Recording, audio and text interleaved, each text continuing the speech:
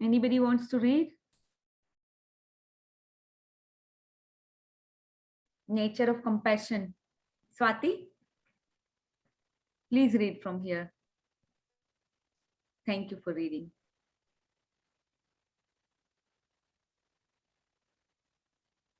नहीं, ये हमने एक्चुअली ये भी पढ़ लिया था. यस, हमने ये लेक वाला भी पूरा एनालॉजी पढ़ लिया था. तो हमने ये देखा कि when you become this detached, does it not mean that you also become removed from other human beings? तो वहां से हमें पढ़ना है. On the contrary, वहां से पढ़ना है.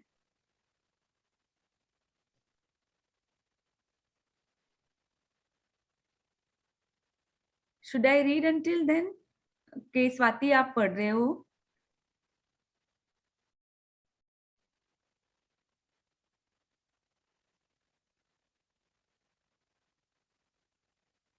Okay, I'll read then until you come back. Net नहीं होगा शायद, जो भी है. चलो. On the contrary, as long as you are unaware of being, the reality of other humans will elude you because you have not found your own. Your mind will like or dislike their form, which is not just their body but includes their mind as well. True relationship becomes possible only when there is an awareness of being. Coming from being, you will perceive another person's body and mind as just a screen, as it were. तो यहाँ पे बहुत deep उन्होंने बात की है कि अगर आप बीइंग में से आते हो तो ही आप दूसरों की माइंड या पर्सनालिटी यानी पर्सन की जो बॉडी है उसको जस्ट एज ए स्क्रीन देख पाओगे. एज ए स्क्रीन का मतलब यहाँ पे उन्होंने क्या लिखा है, क्यों ऐसा बोला है कि एज ए स्क्रीन आप देख पाओगे? Anybody wants to ponder upon के क्या कौन सी चीज यहाँ पे बोली? हम पूरी बुक रीड करते हुए आए हैं अभी, तो आपको कोई यहाँ पे बताना चाहेगा कि क्या है? Specially Kavita ji and Swati, you always there. तो अभी आप बताओ कि ये क्या बोलना चाह रहे हैं यहाँ पे? कि true relationship becomes possible only when there is an awareness of being. Anushka, आपको भी समझ में अगर आता है तो आप बताओ कि coming from being you will perceive another's body and mind just as a screen, as it were.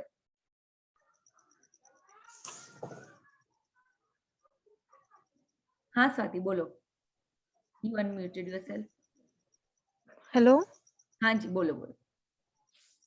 मतलब मैम अवेयरनेस में रहने से ही हम रिलेशनशिप को पॉसिबल कर सकते हैं.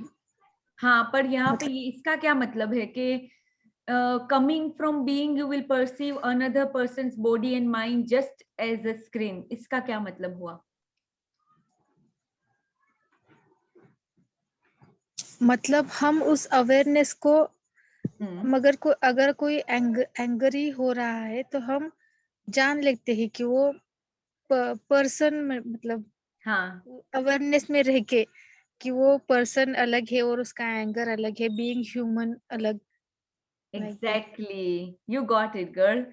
तो यहाँ पे वही बोला है कि हम अगर अवेयरनेस में हैं तो दूसरा पर्सन अगर एंग्री हो रहा है तो हम उसके बॉडी एंड माइंड का जो है उसकी स्क्रीन चल रही है वहां पे, वो उसका बीइंग नहीं है. बट क्या चल रहा है, वो माइंड से ऑपरेट कर रहा है अपने एंगर को लेके. तो जब हम ये समझ जाते हैं तो हमारी रिलेशनशिप बहुत ही अच्छी तरीके से बढ़ पाएगी, क्योंकि ना अभी हम कोई नेगेटिविटी उनको देंगे ही नहीं. राइट? हम नेगेटिविटी कब देते हैं किसी भी पर्सन को? क्योंकि हम भी उसकी नेगेटिविटी के साथ बह जाते हैं. अगर वो एंग्री हुआ तो हम भी अंदर से गुस्सा होने लगते हैं कि यार ये पर्सन तो हमेशा एंग्री होता है, ये इसको तो समझ नहीं है, इस तरह से हम देखने लगते हैं. But if you are coming from being, यानी आप अगर अवेयर हो उस टाइम पे, तो वहां पे आप नेगेटिविटी स्टॉप कर दोगे, क्योंकि आपको पता है कि वो पर्सन अपने बीइंग में से नहीं आ रहा है, वो भी अपने माइंड से अपनी बॉडी से आ रहा है. And that is only as a screen. Underneath वो क्या है? वो भी हमारी तरह सोल है, प्योर एंड पावरफुल सोल है अंदर. ये ऊपर ऊपर जो वो दिखा मतलब जो भी है उसका सरफेस लेवल पे है, बट डीप लेवल पे वो भी क्या है? एक लेक की तरह है, प्योर कॉन्शियसनेस.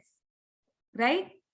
जैसे हम हैं, हम एक टिप ऑफ द आइसबर्ग की तरह सरफेस लेवल पे हम जो भी हो सकते हैं, बट डीप विद इन हम क्या है? बहुत बड़ा अंदर आइस का वो जो बड़ा स्लैब होता है वो है, उसी तरह से वो पर्सन भी वही है।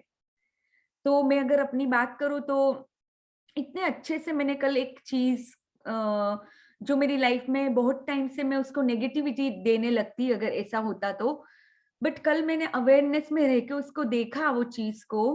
यानी मैं आपको बताती भी हूँ कि वो क्या किस चीज की बात करूँ, कि लाइक मेरे हस्बैंड के साथ हम लोग दोनों कुछ बात कर रहे थे, तो उनकी वो तो अवेयरनेस में नहीं है, राइट, मैं अवेयरनेस में हूँ।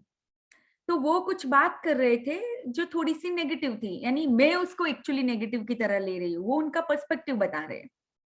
बट यहाँ पे पहले क्या होता था कि मैं वो चीज को यानी नहीं ऐसा नहीं होना चाहिए, ऐसा नहीं बोलना चाहिए, ऐसा नहीं करना चाहिए, यानी मेरे खुद के पर्सपेक्टिव से मुझे ऐसा लगता था।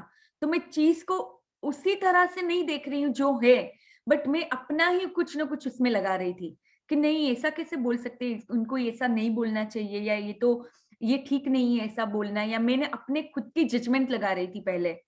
बट कल मैंने क्या किया, अवेयरनेस में आके मैंने देखा तो मैंने इसको एज इट इज लिया कि वो पर्सन की अपना व्यू है, इसमें कोई राइट एंड रॉन्ग नहीं होता है। राइट और रॉन्ग का लेबल तो मैं लगा रही थी, राइट। तो ये चीज को मैंने कल नोट किया एंड आई कुड सी कि whatever is coming, it's coming from mind and body as just as a screen. उसके अंडरनीथ मेरे हस्बैंड क्या है, एक प्योर सोल है, वही जैसे मैं हूं। तो अगर उसके साथ मुझे कनेक्ट होना है तो हमेशा अवेयरनेस में, इसमें क्या होता है कि सामने वाला बंदा है, जैसे पावर बुक में भी ये एक घोड़े पे चढ़ने का पूरा एक दिया हुआ है। आप लोगों ने शायद नहीं पढ़ी होगी तो आपको नहीं पता होगा कि उसमें ऐसा बोला है कि जैसे मान लो कोई पर्सन है वो एंगर के घोड़े पे चढ़ा है, तो आप भी उसके साथ कभी कभी एंगर वाले घोड़े पे चढ़ जाते हो। इन ऐसे उदाहरण दिया था वहां पे, एक टाइप का एनालॉजी। या तो कोई बंदा है जो इरिटेशन के घोड़े पे चढ़ा है, उसके साथ आप भी चढ़ जाते हो, बट आपके पास चॉइस है कि वो इरिटेशन वाले घोड़े से तुरंत उतर के आप हैप्पीनेस वाले घोड़े पे चढ़ जाओ, ये आपके पास चॉइस होती है। सेम चीज यहाँ पे बताइए कि हम सब एनर्जीज है, राइट, हम सबके अंदर एनर्जीज है। अगर हम कौन सी एनर्जी किसी को दे रहे हैं, इसी के ऊपर सब कुछ डिपेंड करता है। अगर मान लो कि रूम में नेगेटिव एनर्जीज है, अगर उसको मैं भी उसके साथ बहने लगी नेगेटिव एनर्जीज के साथ, तो फिर सब कुछ नेगेटिव नेगेटिव एनर्जी कलेक्ट हो जाएगी वहां पे। बट मान लो रूम में है नेगेटिव एनर्जी, बट मैं तो अपनी पॉजिटिव ऑरा को बनाए रखती हूँ कोई भी सिचुएशन में। मैं अपने हमेशा मैं समझ गई हूँ कि नहीं, we all are human, like we are human beings, spiritual beings actually, in a form of a human. अगर हम इतना अच्छे से बारीकी से ये चीज को ऑब्जर्व करते हैं तो हम देखेंगे कि अगर हमने अपनी एनर्जीज को बनाए रखा पॉजिटिव के अंदर, तो आप देखोगे कि सामने वाले बंदे की भी जो कुछ अगर एनर्जी कुछ होगी तो वो कंप्लीटली सबसाइड हो जाएगी। और कभी कभी तो ऐसा होगा कि आप ही वहां पे एनर्जी नेगेटिव दे रहे थे पहले, अभी आपने बंद कर दी, सामने वाला तो कोई पॉजिटिव नेगेटिव जो भी होगा, मोस्टली तो हमारी ही नेगेटिव एनर्जी हम देते हुए। मैंने ये भी देखा कि मेरे हस्बैंड की तो मोस्टली न्यूट्रल एनर्जी होती है, पॉजिटिव एनर्जी होती है, मैं उसको नेगेटिव एनर्जी देती थी, उसको कोई ना कोई लेबल लगा के। जबकि वहां पे अगर लेबल ना लगाऊं तो सब कुछ बढ़िया है, उसको एज इट इज लेती हूँ, एक्सेप्ट करती हूँ, अगर देखती हूँ कि एवरीथिंग इज गुड। तो इसीलिए हम सबको ये समझना है कि हम एटलीस्ट हमारी नेगेटिव एनर्जी किसी भी चीज को ना दे, यानी कोई भी सिचुएशन में हम अपने आप को नाव के अंदर बना के रखे, नाव के अंदर देखे कि मेरे अंदर क्या चल रहा है, और सामने वाले बंदे को एज इट इज ले, स्क्रीन की तरह। हाँ कविता जी, आपको कुछ बोलना है यहाँ पे? यही चीज फील की है मैंने कुछ दिनों से, हाँ हाँ हाँ, हाउ जो नाइस। आपने same same. Okay, wow wow, nice. यानी आपके भी घर में आपने अपने हस्बैंड के साथ नोट किया या किसी? Okay okay, perfect perfect. तो हाँ देखो, हम इस तरह से अपने रिलेशंस को कितना अच्छा बना सकते हैं, जहां कहीं पे हम ही उसको नेगेटिविटी देते थे पहले। यानी मैं बिल्कुल अच्छे से समझ गई कि कितनी सारी जगह पे मैं ही थी उसके लिए जिम्मेदार। बट मैं अभी अपने आप को ब्लेम नहीं कर रही हूँ, बट हाँ, मैं अपनी खुद की एनर्जीज को समझ पे उस पे काम कर रही हूँ, इनर पे काम करती हूँ। जितना मैं इनर पे काम करती जाती हूँ, इतना ही मेरे आउटर रिलेशंस अच्छे होते जा रहे हैं, बहुत बढ़िया होते जा रहे हैं इनफैक्ट। तो यही हमें सबको करना है। तो let's read further. Swati, want to read? Should I continue?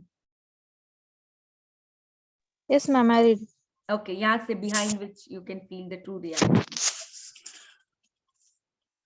Behind which you can feel their true reality as you feel yours.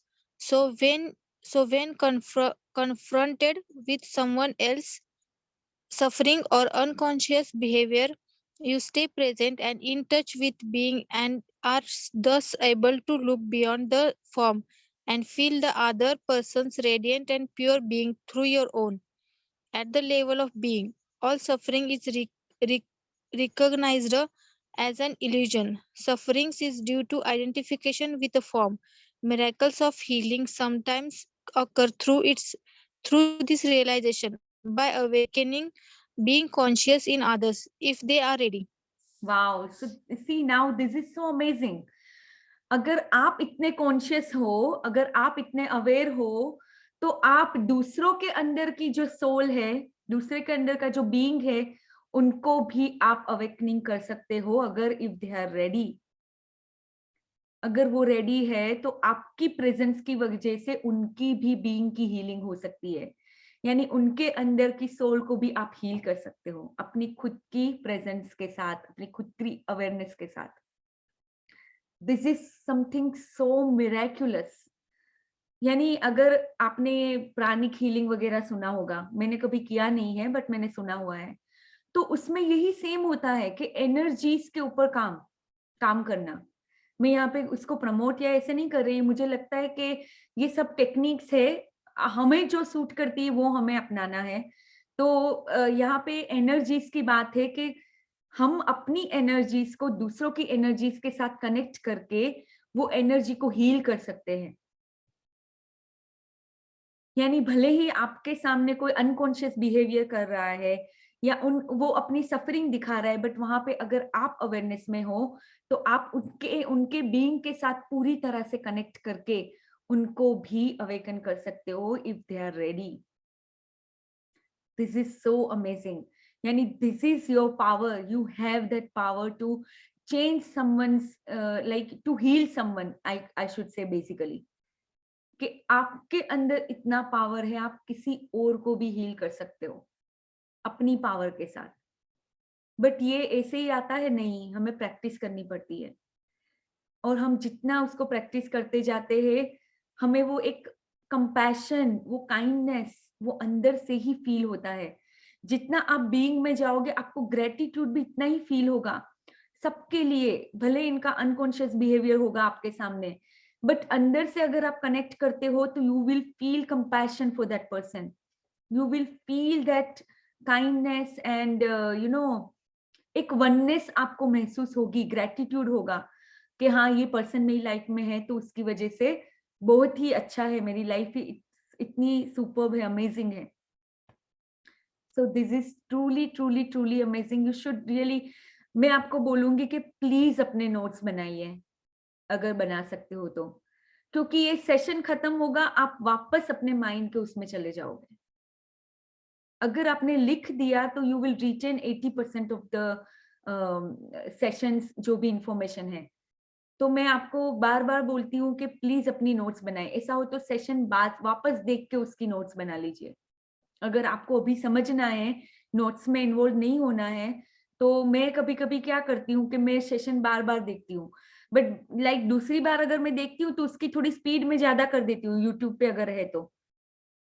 यानी वो नॉर्मल स्पीड पे मैं नहीं देखती, 1.5 स्पीड पे देख लेती हूँ, क्योंकि एक बार मैंने देखा हुआ है तो वो जल्दी जल्दी भी जाएगा, तो I am retaining the information और फिर मैं उसको लिख देती हूँ। अपनी एक रिफ्लेक्शन की बुक बना लीजिए, और हो सके तो फिर वापस जब आप ये सब में नहीं हो तब आप अपनी बुक को जाके देख सकते हो। हाँ स्वाति, बोलो। Okay, ma'am. Yes, ma'am. हाँ, तो ये सब आइडियाज है कि क्योंकि क्या होगा, देखो हमारा ब्रेन कैसा है, हम सब भूल जाएंगे. Our brain is like that only. It will not retain all this information. इतनी बढ़िया ये बुक है, हम ये बुक की सारी बातें भूल जाएंगे once we are out of this. इसीलिए तो मैं बार बार ये बुक्स रिपीट करती रहती हूँ. This is my third time reading this book. यानी ये एक ही बुक है कि मैंने खाली 3 बार ही पढ़ी है, बाकी सारी बुक तो मैंने बहुत बार पढ़ी हुई है. Magic book I have done at least 9 times, 8 times, I don't remember, but yeah. Power book I have at least done 6-7 times. Mirror work I have at least done 5 times. तो जितना हो सके इसको रिपीट करना है. अगर मान लो आज अभी सेशन खत्म भी हो जाते तो आपके पास पीडीएफ है, प्लीज इसको रिपीट कीजिए. और मैं बोलूंगी कि बुक्स खरीद लीजिए. देखो इसमें जो इन्वेस्टमेंट लगेगा ना, वो आपका लाइफ टाइम का इन्वेस्टमेंट होगा. और बुक्स इतनी महंगी भी नहीं आती है. अनुष्का ने सारी बुक्स खरीद ली, उसके हस्बैंड दूसरी भी बुक्स ले आए. मुझे उसने कल शेयर किया था, and it was so amazing that her husband also cares for her and he bought some books for her. But हाँ, यानी बुक्स खरीद लीजिए. बुक्स होंगी तो आपको इजी रहेगा रीड करने के लिए. हिंदी में भी है? पावर ऑफ नाउ मुझे नहीं पता है शायद हिंदी में, मुझे नहीं है पता. मैम, है. स्वाति, अगर आपके पास पीडीएफ है तो कविता जी से के साथ या Yes. ग्रुप में प्लीज शेयर कर लेना. ठीक है, Yes, ग्रुप yes. में शेयर कर देना. हाँ, Yes, ma'am. okay, let's read first. Is that what compassion is? Yes, compassion is the awareness of a deep bond between yourself and all creatures. But there are two sides of compassion, two sides to this bond. O- on the one hand, since you are still here as a physical body, you share the vulnerability and mortality of your physical form with every other human and with every living being. Next time you say, I have nothing in common with this person, remember that you have a great deal in common. A few years from now, 2 year or 70 years, it doesn't make much difference. Both of you will have become rotting corpses, then piles of dust, then nothing at all. This is a sobering and humbling realization that leaves little room for pride. Is this a negative thought? No, it is a fact. Why close your eyes to it? In this sense, there is a totally equality between you and every other creature. One of the most powerful spiritual practices is to meditate deeply on the mortality of physical forms, including your own. This is called die before you die. Go into it deeply. Your physical form is dissolving, is no more. Then a moment comes when all mind forms or thoughts also die. Yet you are still there. The divine presence that you are. तो यहाँ पे वही बोला है कि इस पे meditate करना कि अगर हम डाई बिफोर डाई. अभी क्या होता है, हम मौत से कितना डरते रहते हैं कि यार मौत आएगी तो क्या होगा, ये वो. आई मीन अभी मेरा थोड़ा है कि मैं कम डरती हूँ मौत से, यानी आना होगा तो आ जाएगी. धीरे धीरे वो कल्टीवेट हुआ है. बट यहाँ पे इन्होंने क्या बोला है कि अभी तो आपको सबको आप देखते हो तो आपको डिफरेंट लगता है कि नहीं, there is nothing common in with this person, I have nothing common in this with this person. But actual में तो ग्रेट डील ऑफ कॉमन है हम सबके बीच में.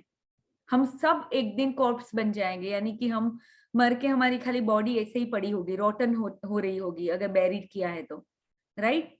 या तो फिर अगर जलाते तो वो राख बन जाएगी, और कुछ नहीं है, हमारी बॉडी खाली वही है. यानी हम सबके अंदर जो कॉमन है वो क्या है, बीइंग. अगर आप इसके ऊपर मेडिटेट करोगे, जब माइंड के थॉट्स भी डाई हो जाते हैं, तब वहां पे क्या रह जाता है. ये आशमीन मैम ने बहुत ही अच्छा ये एग्जांपल दिया था, तो मैं आपके साथ भी शेयर करती हूँ कि लाइक अभी अगर आप देखो, आपके कोई भी होगा, मतलब मान लो आपके घर में कोई रिसेंटली कोई घर में या कोई रिश्तेदारों में कोई गुजर गया. ओके, जैसे अभी मैं अपनी बात करूं तो मेरे काका भी 2-3 दिन पहले ही गुजर गए. तो अगर मेरे काका वहां पे उनकी बॉडी है, ओके, जब तक वो थे तो सब उसके उनके साथ अटैच्ड है, राइट? उनकी वाइफ है, उनके घर बच्चे हैं, तो सबको वो उनकी बहुत परवाह है। बट अभी देखो, अगर वहां पे बॉडी ही खाली है, तो क्या हम अगर हमारे घर में बॉडी पड़ी है तो क्या आप उसको रखना चाहेंगे 2-3 दिन से ज्यादा? आप बोलोगे कि नहीं नहीं भाई, उसको ले जाओ भाई, बॉडी को या तो बैरी करो, या तो जो भी आपका जो वो क्या क्रीमेशन का जो भी आपका प्रोसेस रहेगा, क्योंकि बॉडी अपने आप में कुछ भी नहीं है। बॉडी है because the spirit is there. अगर स्पिरिट नहीं है वहां पे अगर बीइंग नहीं है, तो उस बॉडी का कोई मतलब, वो बॉडी से भी हम डरते हैं। अगर कॉप्स पड़ा है हमारे घर में, क्या हमें अच्छा लगेगा? भले कितने भी अटैच हैं हम। ये एग्जाम्पल हमेशा देते, तो हम तब हम समझ पाते हैं कि अगर ये बॉडी है तो वो भी हमारे बीइंग के कारण है। अगर बीइंग नहीं है तो ये बॉडी कुछ नहीं है, वो एक रॉटन थिंग है और कुछ नहीं है। और देखो हम अपनी ये बॉडी के साथ कितना ज्यादा अटैच्ड है, अगर आप देखोगे तो। यानी अगर ये बॉडी डाई होती है तो माइंड भी चला जाता है इसके साथ, राइट? माइंड एंड बॉडी, वहां पे क्या बच जाएगा? The divine presence that you are. यानी मैं अभी अपनी अपनी ही मोड को अगर ऑब्जर्व करती हूँ, तो मैं देख सकती हूँ कि हाँ, मेरा बॉडी ऐसे ही पड़ा हुआ है बिना जान के, but I am there being the divine present that I am. ज्यादा से ज्यादा मेरी बॉडी पे 3-4 दिन लोग रोएंगे, ये करेंगे ये करेंगे, फिर मुझे जाके दफना देंगे। जो भी होगा दफनाएंगे हमारे उसमें, आपके उसमें अगर क्रीमेशन में वो जलाते होंगे तो वो कर देंगे। और क्या है? इसका मतलब ये थोड़ी है कि मैं नहीं होंगी वहां पे, मेरी बॉडी नहीं है, मैं हूं वहां पे और भी। तो this is the realisation of our dying before dying. अगर हम डाई होते हैं बिफोर वी डाई, तो हमें ये रियलाइजेशन होता है कि हम तो हमेशा रहेंगे, हमेशा है, खाली फॉर्म्स चेंज करेंगे। तो radiant, fully awake, nothing that was real ever died, only names, forms, illusions. वो उसी की डेथ होती है, हमारी हमारी डेथ कभी नहीं होती। हमारे फॉर्म्स की डेथ होती है, यानी हमारे बॉडी की डेथ होती है, हमारी नहीं।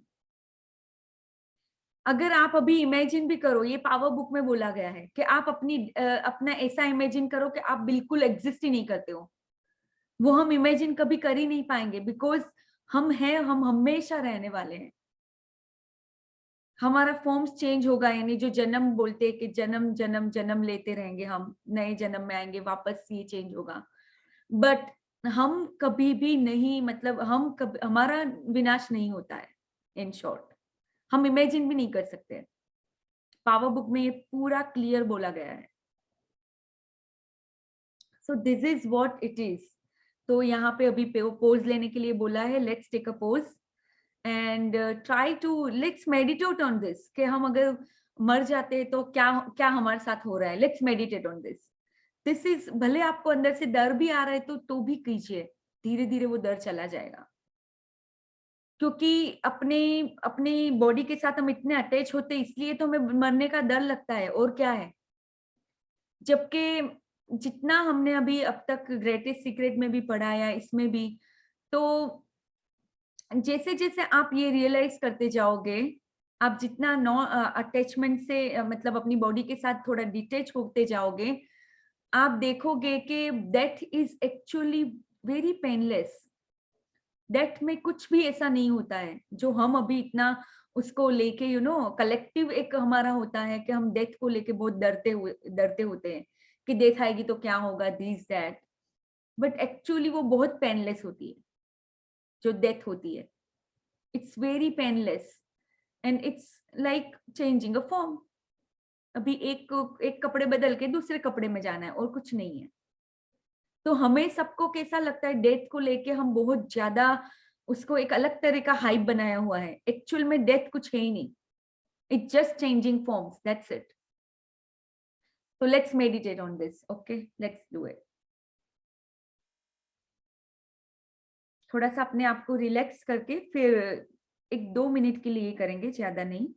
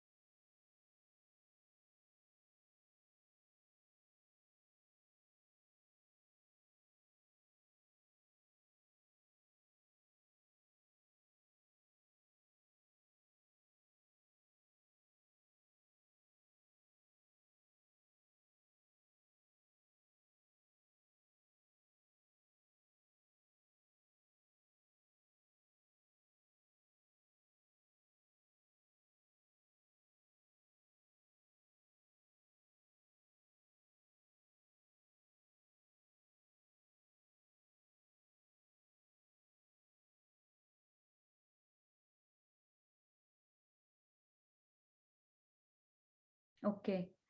सो एक और बात, लाइक अभी जैसे मैं अभी मेडिटेशन में गई तो मेरे सामने ऐसे लोग मेरे आ रहे थे कि जो गुजर गए हैं, राइट? तो उनको लेके मुझे एक एहसास हुआ लाइक कि उनकी जो सोल्स है वो तो हमारी तरह ही है, राइट? तो आप देखोगे कि सब लोग इतना रोते हैं कोई अगर गुजर जाता है, तो एक्चुअल में मेरे मामा अभी ऑलमोस्ट 1 ईयर 2 मंथ्स हुए होंगे, मेरे मामा गुजर गए थे। तो यानी भले मतलब यंग थे, मैं वो इतना ज्यादा एज भी नहीं होगी उनकी, बट उनका एक्सीडेंट में उनकी मौत हो गई थी। तो सब लोग रो रहे हैं, मैं अपनी मम्मी को अपने इनको समझा रही हूँ कि प्लीज आप रो रहे हो ना तो उनकी आत्मा को दुख पहुंच रहा है। आप उनके लिए ग्रेटिट्यूड करो कि वो आपकी लाइफ में अभी भी है। उनकी आत्मा को अगर आपको अच्छी ब्लेसिंग्स उनको भेजनी है कि वो जो भी नए फॉर्म में जाए तो वहां पे बहुत खुश रहे वो। आपको वहां पे रोना धोना नहीं है, आप उनको दुख पहुंचा रहे हो और कुछ नहीं कर रहे हो।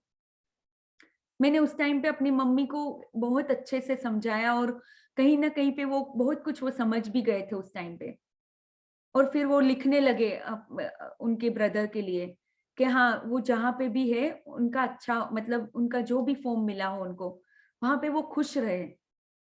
तो ये हमें भी यही हमेशा ध्यान में रखना है कि अगर किसी की डेथ होती है हमारे नियर और डियर वंस की, तो उनको instead of crying on them, हाँ मुझे पता है कि मैं ऐसा नहीं बोलती कि जॉयफुल रहो। No, it's not possible to be for you to be joyful. No no no.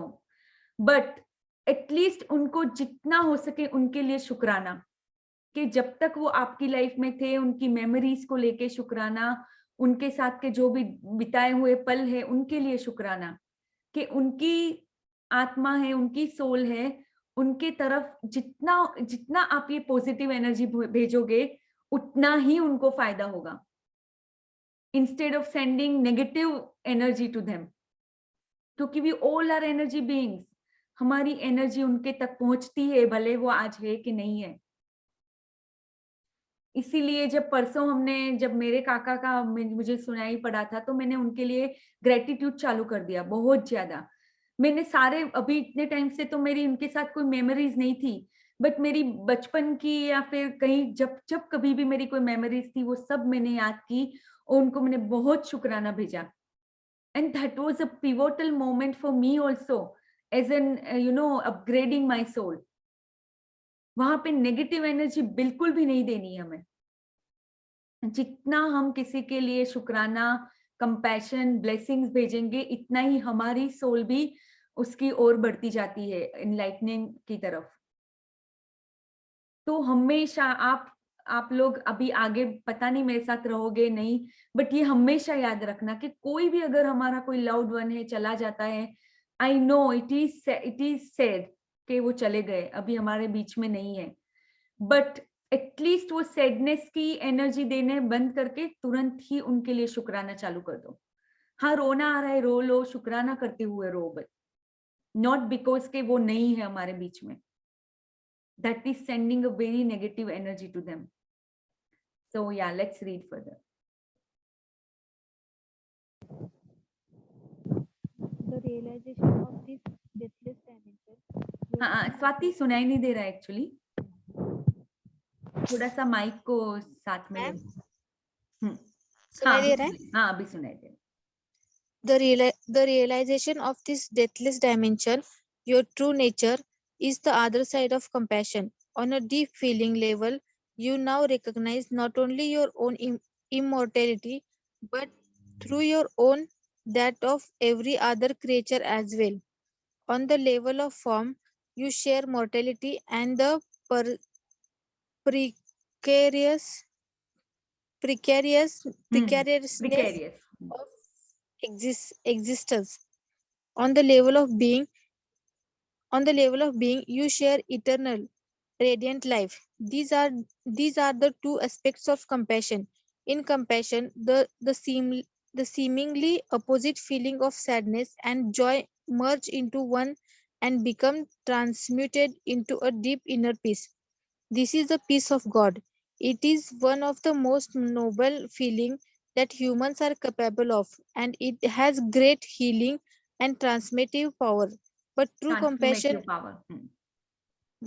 but true compassion, as I have just described it, is as yet rare. To have deep empathy for the suffering of another being certainly requires a high degree of consciousness, but represent only one side of compassion. It is not complete. True compassion goes beyond empathy or sympathy. It does not happen until sadness merges with joy, the joy of being beyond form, the joy of eternal life. या तो वही मैं अभी जो मैंने चीज को थोड़ा एग्जाम्पल के साथ जो डिस्क्राइब किया वही यहाँ पे बता रहे हैं कि ट्रू कंपैशन क्या होता है, कि आप उनके साथ एम्पथी में हो, कि उनकी सफरिंग है या जो भी है उनके साथ एम्पथाइज कर रहे हो, आपको सिंपैथी भी है, but that sadness, that like you know जो एम्पथी है या जो भी है वहां पे सिंपैथी, वो जॉय के साथ मर्ज हो रही है, then only the true compassion is present. यानी वही कि आपका जो जॉय ऑफ बीइंग, उनका भी जॉय ऑफ बीइंग जो सफर कर रहा है पर्सन, और आपका भी जॉय ऑफ बीइंग, भले वहां पे सैडनेस है because of the suffering of the form, but it merge with the Joy of being, तब वहां पे ट्रू कंपैशन होता है। But that is only possible in a very high degree of consciousness being present there।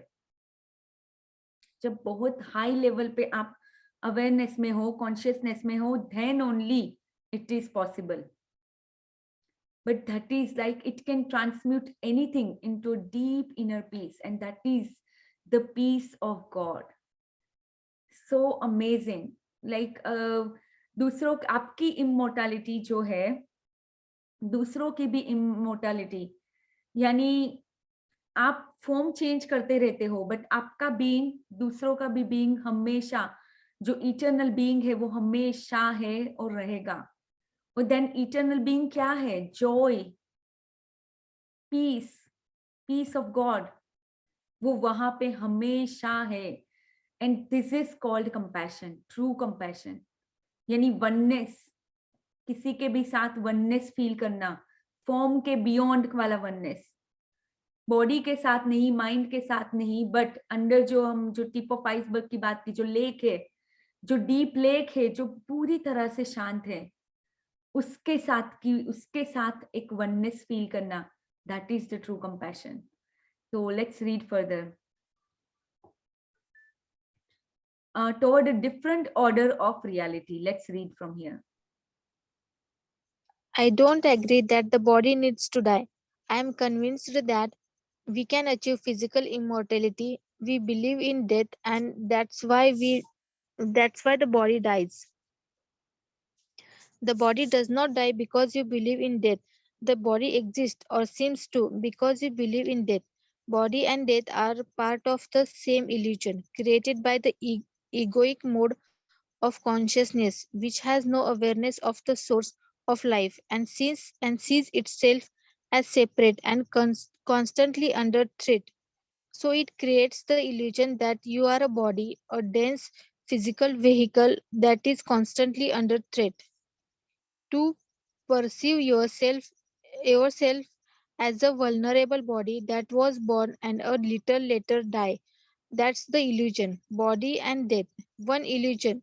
You cannot have one without the other. You want you want to keep one side of the illusion and get rid of the other. But that is impossible. Either you keep all of it or you relinquish all of it. कितना मस्त है, मजेदार answer दिया इन्होंने। तो यहाँ पे किसी ने पूछा कि I don't agree that the body needs to die, I am convinced that we can achieve physical immortality.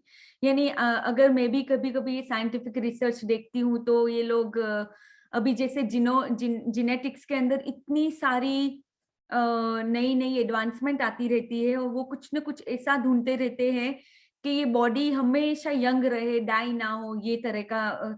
तो ये भी हमारा ह्यूमन मैनिफेस्टेशन है, यानी जो इगोइक मोड ऑफ कॉन्शियसनेस है उसी का ये मैनिफेस्टेशन है। तो यहाँ पे इन्होंने क्या बताया कि उनको लगता है कि we believe in death and that's why the body dies, but body खुद ही एक इल्यूजन है। और वो किसने क्रिएट की? हमारे ही इगोइक मोड ऑफ कॉन्शियसनेस ने क्रिएट की है। यानी बॉडी एंड डेथ दोनों ही इल्यूजन है, same part of the illusion है। यानी अगर डेथ को हम इल्यूजन समझते हैं तो body is also an illusion only, और एक एग्जिस्ट नहीं कर सकता विदाउट द अदर। तो ये भी हमें समझना है कि सारा ही कुछ इल्यूजन है। ये बॉडी भी हमारी ही कॉन्शियसनेस ने क्रिएट की है। एंड अभी हम सेपरेट क्यों अपने आपको समझ रहे हैं? सोर्स ऑफ लाइफ जहां से हम आए हैं, अपने हम वहां से बहुत सेपरेट हो चुके हैं। इसलिए हम ये सब चीज को अलग अलग तरीके से देखते हैं कि हमने ही डेथ को भी अंदर बिलीव किया, इसलिए हम डाई करते हैं। उसी तरह से बॉडी भी हमने ही क्रिएट की है, हमारे इगोइक मोड ऑफ कॉन्शियसनेस उसने क्रिएट की है, which sees itself as a separate from the source of life. That's why and constantly under threat, हमेशा under threat रहता है, क्योंकि of course जो हम है वो eternal beings है, but because we have come so far from it, तो अभी हमें ये खाली हम अपने आप को बॉडी समझ रहे हैं, अपने आप को माइंड समझ रहे हैं, अपने आप को ये डेथ के उसमें चक्कर में हमने लगाया है, और डेथ को हम इतना, उससे हम इतना डरते रहते हैं। तो ये सब कुछ इल्यूजन हमने ही क्रिएट किया हुआ है। तो let's read further. Anybody has question on this? कुछ भी अगर क्वेश्चन आपको यहाँ पे है तो।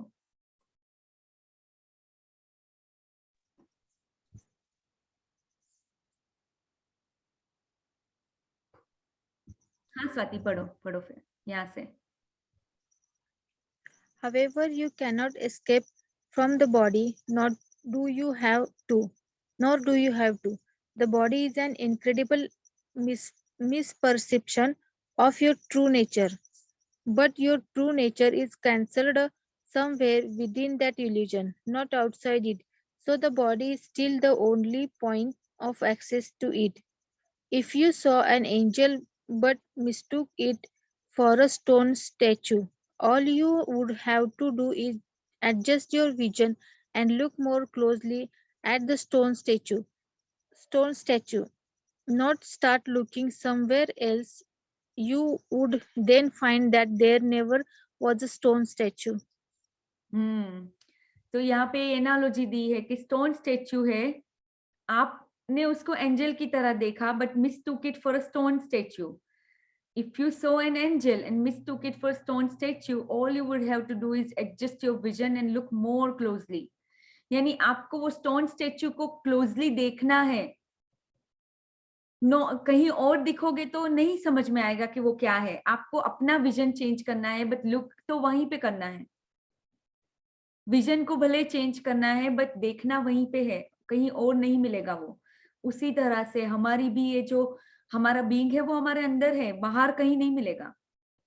यही है body, mind and spirit being, जो हम इसको प्योर कॉन्शियसनेस बोलते हैं. तो लेट्स रीड फर्दर.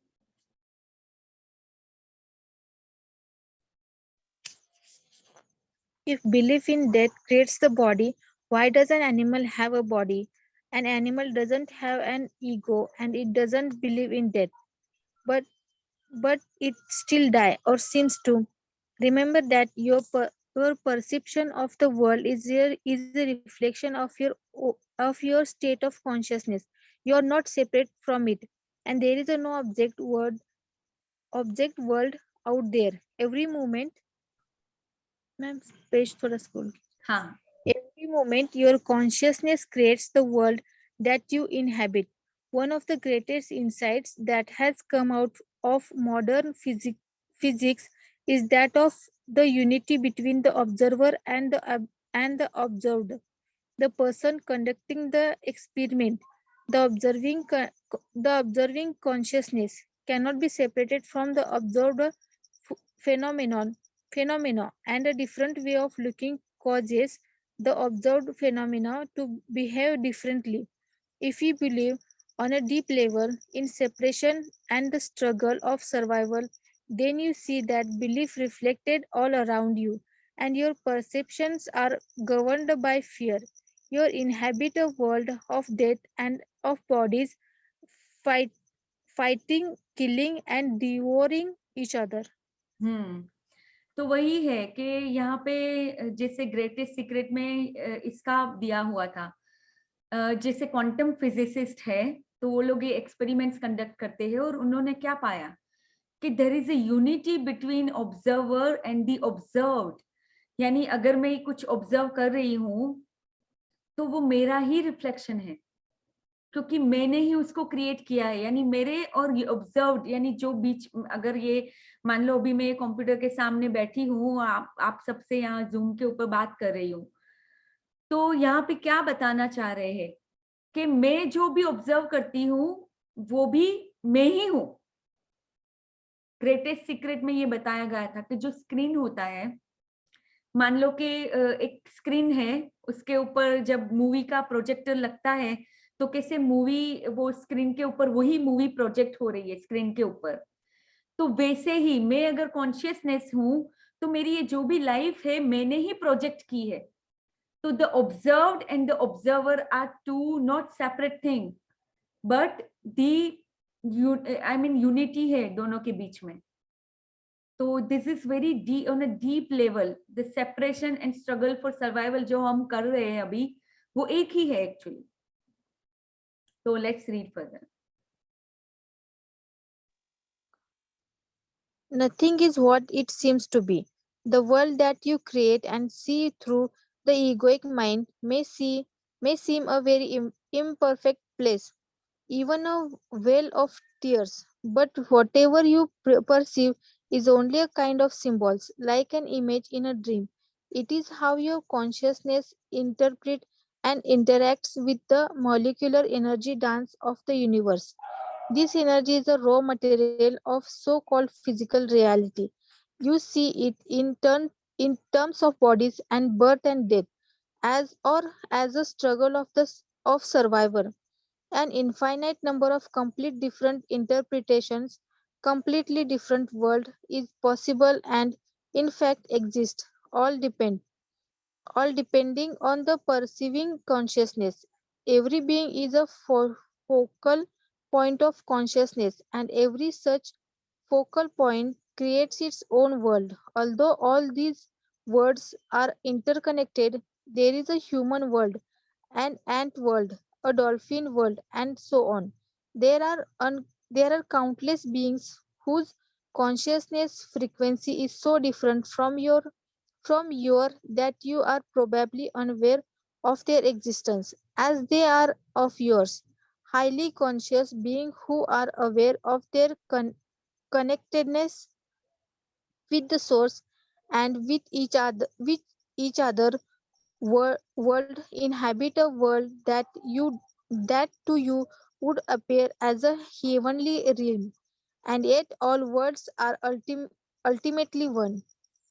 यानी आप देखोगे कि अलग अलग प्रकार के लाइफ है ये प्लैनेट के ऊपर, इवन बियॉन्ड प्लैनेट भी कुछ है, हमें नहीं पता है, क्योंकि हमने अपनी इतनी दुनिया हमने खुद ने क्रिएट की है और हम उसके साथ आइडेंटिफाई है। यानी सारा कुछ ये जो है हम जो देखते हैं, ये सारा कुछ मोलेक्युलर डांस है और कुछ नहीं है, एनर्जी डांस जिसको बोलते हैं। Everything whatever consciousness interprets and interacts with the molecular energy of dance of the universe है और कुछ नहीं है। This energy is the raw material of so called physical reality, यानी यही रॉ मटेरियल है फिजिकल रियलिटी को क्रिएट करने के लिए। यानी यही बात को ग्रेटेस्ट सीक्रेट में कैसे बोला है कि आपको लग रहा है कि यहाँ पे रूम है, या यानी ये सॉलिड चीजें भी एक्चुअली रियल नहीं है। मॉलिक्यूलर लेवल के ऊपर everything is energy, that's it, पूरा स्पेस ही है। यानी कॉन्शियसनेस ने ये सारा क्रिएट किया हुआ है और हम सबकी कॉन्शियसनेस अलग अलग, मतलब है वही सोर्स एक ही है, बट हमने फॉर्म अलग अलग लिए हुए हैं। इसीलिए यहाँ पे वो भी बोला है कि all these worlds are interconnected, human world, ant world, dolphin world, so on. And there are countless beings whose consciousness frequency is so different from yours. यानी frequency भी हम सबकी अलग अलग है, but on the source level we all are one। यानी animal ने भी अपने आप को उसी ने क्रिएट किया हुआ है, कॉन्शियसनेस ने ही कहीं ना कहीं पे। सब कुछ, everything comes from consciousness, and actual में देखने जाओ तो ये पूरा फॉर्म, यानी हम लगता है कि ये ईगोइक माइंड में इतना इम्परफेक्ट लाइफ लगती है कि यार इतना सारा है, इतना सफरिंग है, ये है, वो है, may be the life is a complete well of tears, but ये सारा कुछ हमने ही क्रिएट किया हुआ है ultimately. And whatever we perceive is only a kind of simple, like an image in a dream. And actually greatest secret पे पूरा एक चैप्टर है कि हमारी जो पूरी लाइफ है ना एक्चुअली ड्रीम है. जैसे अभी कैसा होता है, अगर आप सपना देखते हो रात को या कभी भी आप कोई सपना देखते हो तो आपको सपने में तो ऐसा ही लगता है कि रियल लगता है सब कुछ. सपने में आप अपने आप को भी रियल समझते हो, सपने के अंदर सब कुछ आपको रियल लगता है. इसी तरह से ये कॉन्शियसनेस का एक ड्रीम है और कुछ नहीं है. ये ड्रीम में से अब कम बाहर आते हैं जब हम मर जाते हैं, यानी फॉर्मलेस में चले जाते हैं, तब हम देखते हैं क्या. आपने जितने लोगों का देखना, जो लोग नियर डेथ एक्सपीरियंस में से आते हैं ना, वो लोग इसको ऐसे ही डिफाइन करेंगे कि पूरी लाइफ का उनका पर्सपेक्टिव क्यों बदल जाता है, क्योंकि उनको वहां पे 1 मिनट के लिए, 1 सेकंड, जो भी थोड़े टाइम के लिए वो डेथलेस फॉर्म में चले गए थे, यानी फॉर्मलेस में चले गए थे because of near death experience. तो उनको ये पूरे उनको समझ में आ जाता है कि oh my God, this was a dream that I was watching, this whole life was a dream. इसीलिए तो यहाँ पे टाइम या स्पेस का कॉन्सेप्ट ही नहीं है. Time and space is not there actually. हम कॉन्शियसनेस ने टाइम को क्रिएट किया हुआ है, but there is no time. आप जब यानी हम जब आते हैं फॉर्म में से बाहर, तब हम देख पाते हैं कि oh my God, this whole life was a dream, nothing else. जैसे हम अभी कैसे नींद में से जागते हैं तो यानी मैं कभी कभी नींद में मैं देखती हूँ कि मेरा वहां पे इंडिया में घर था जिसके ऊपर ऐसे वो डले हुए थे, पतरे बोलते हैं ना, पतरा होता है. यानी बचपन में जब हमारा घर था वहां पे तो पतरे थे ऊपर, जिसको हम मतलब I don't know what you call it, like a metal frame kind of thing. इतना वो एकदम स्लोप वाला था. ओके, तो मुझे सपना आता है कि मैं वो स्लोप में से ऐसे ही पूरा रोल होके मैं तीसरे चौथे माले पे से नीचे गिर गई हूँ.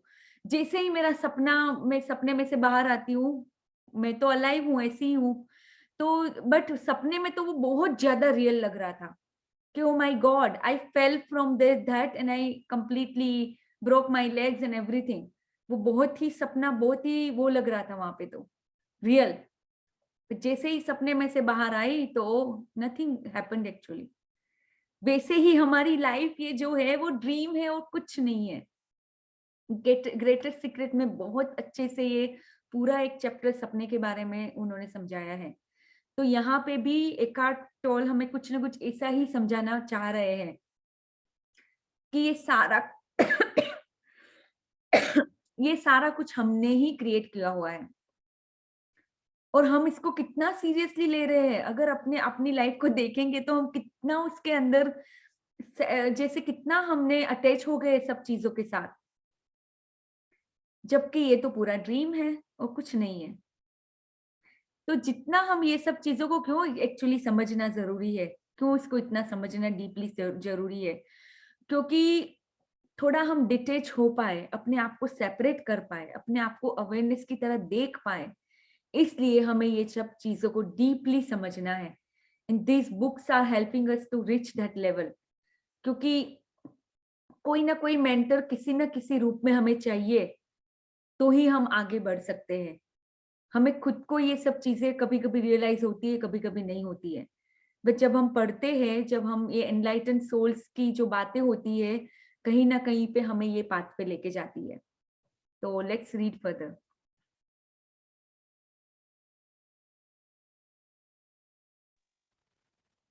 Our collective human world is largely created through the level of consciousness we call mind. Even within the collective human world, there are vast differences, many different sub-worlds, depending on the perceiver or creator of their perspective worlds. Since all worlds are interconnected, when collective human consciousness becomes transformed, nature and the animal kingdom will reflect that transformation. Hence, the statement in the Bible that in the coming age, the lion shall lie down with the lamb. This points to the possibility of a completely different order of reality. The lion shall lie down with the lamb. यानी collective human world is largely created through the consciousness. हम सब ने ही जो mind जो हम जिसको बोलते हैं उसी ने ये सारा कुछ क्रिएट किया हुआ है, depending on the perceivers and the creators of that respective world. यानी सब वर्ल्ड्स भी है.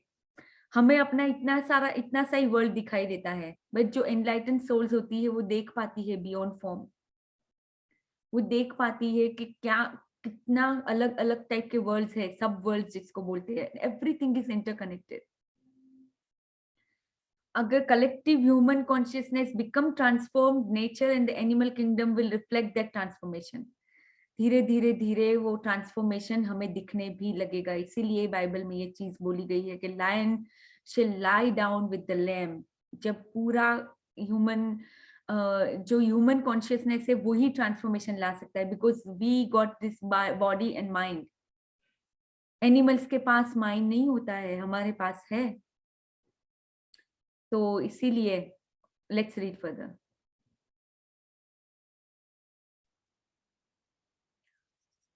The world as it appears to us now is, as I said, largely a reflection of the egoic mind. Fear begin and unavoidable consequences of egoic delusion. It, it is a world dominated by fear, just as the images in a dream are symbols of inner states and feelings. So, our collective reality is largely a symbolic expression of fear and of the heavy layers of negativity that have accumulated in the collective human psyche. We are not separate from our world. So, when the majority of humans become free of egoic delusion, this inner change will affect all of creation. You will literally inhabit a new world. It is a shift in planetary consciousness. The strange Buddhists saying that every tree and every blade of grass will eventually become enlightened points to the same truth. According to Sant Paul, the whole of creation is waiting of humans to become enlightened. This is how I interpret his saying that the created universe is waiting with a eager expectation for God's sons to be revealed. Sant Paul goes on to say that all of creation will become remedied through this up to the present. The whole created universe in in all its parts groans as if in the pangs of childbirth. Wow. तो यहाँ पे तो यही बोला गया है कि पूरा जो क्रिएशन है, यानी ट्रीज है, एनिमल्स है, तो they all are actually depending on the humans to get enlightened. यानी पूरा सब कुछ डिफरेंट हो जाएगा. पूरा प्लानिटरी कॉन्शियसनेस शिफ्ट होगा उस टाइम पे, जब हम लोग ये ईगोइक जो हमने क्रिएट किया हुआ है, ईगोइक डिल्यूजन जिसको बोलते हैं, अगर हम और ईगोइक डिल्यूजन में क्या है? Symbolic expression of fear and heavy layers of negativity. इतनी सारी नेगेटिविटी एंड फियर की वजह से जो ईगोइक डिल्यूजन हमने क्रिएट किया हुआ है, अगर हम जितना जितना उसको ड्रॉप करते जाते हैं, धीरे धीरे धीरे जितनी ह्यूमन सोल्स एनलाइटेंड होती जाएगी, ऐसे ऐसे पूरे ही प्लैनेट में शिफ्ट आएगा कॉन्शियसनेस के अंदर. और वो शिफ्ट की वजह से every tree and every blade of grass will eventually become enlightened points to the same truth. So amazing. This inner change of human will affect all of the creation. यानी हमारी transformation पूरे ही creation को transform कर सकती है. How amazing it is.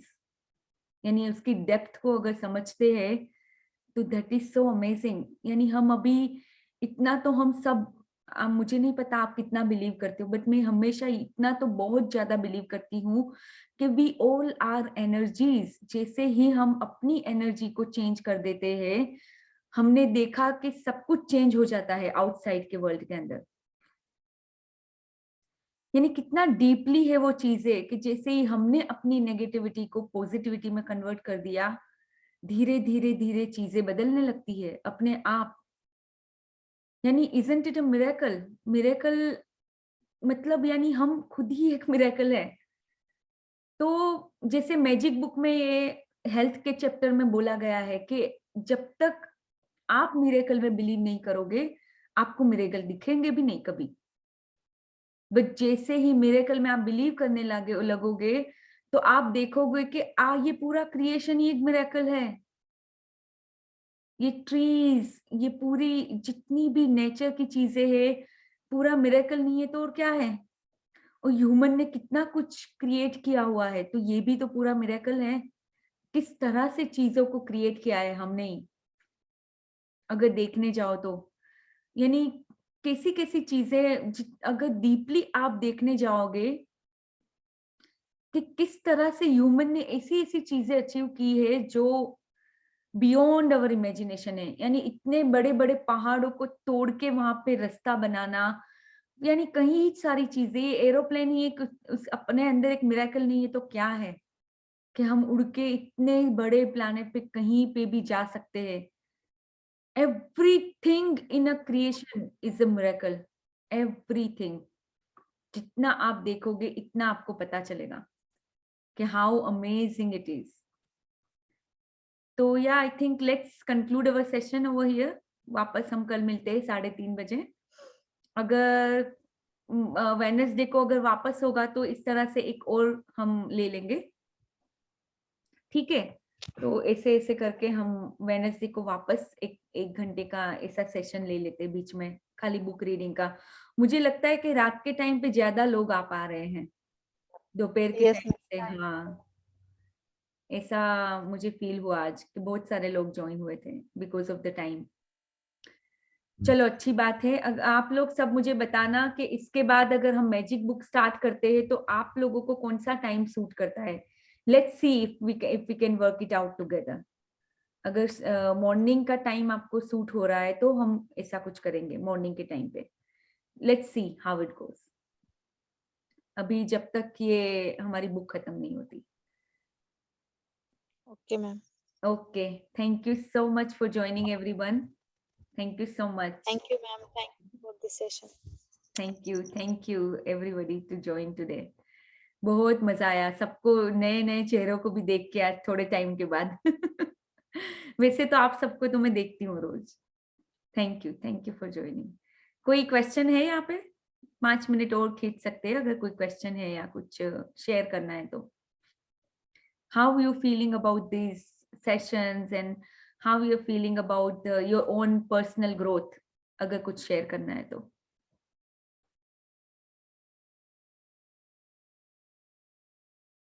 No sharing. Clear है, बहुत clear हुआ कि हम एक एनर्जी है, एक सोल कॉन्शियस स्टेज में रहना है अवेयरनेस के साथ। हाँ, तो एग्जैक्टली। बहुत अच्छा समझ में आया। कि हाँ हम एक देखो, ये एनर्जी चीजें है, हम भूल जाते हैं ना बीच बीच में, तो ये बुक्स हमें हम याद बॉडी दिला। कॉन्शियस। हाँ, pure consciousness, yes. How amazing. यानी आज मुझे सीरियसली फील हो रहा है कि yes we are energies and we are pure consciousness. और हमारे अंदर इतनी क्रिएशन की एनर्जी पावर है, हम कुछ भी कर सकते हैं। बस हमें अपने लेयर्स को हटाना है जो हमारे ऊपर चढ़ गए हैं, कलेक्टिव ह्यूमन साइड के लेयर्स को। उसको जितना हटाते जाएंगे इतना ही हम कॉन्शियसनेस की तरफ और कदम बढ़ाते जाएंगे। मतलब एक एक लेवल हम क्लियर करते जाएंगे। सो this is so amazing. Our all of us journey हमारी सबकी अलग अलग है, बट है तो हम सेम जर्नी के ऊपर। हमारा लेवल अलग अलग हो सकता है, but yes we all are on the same journey.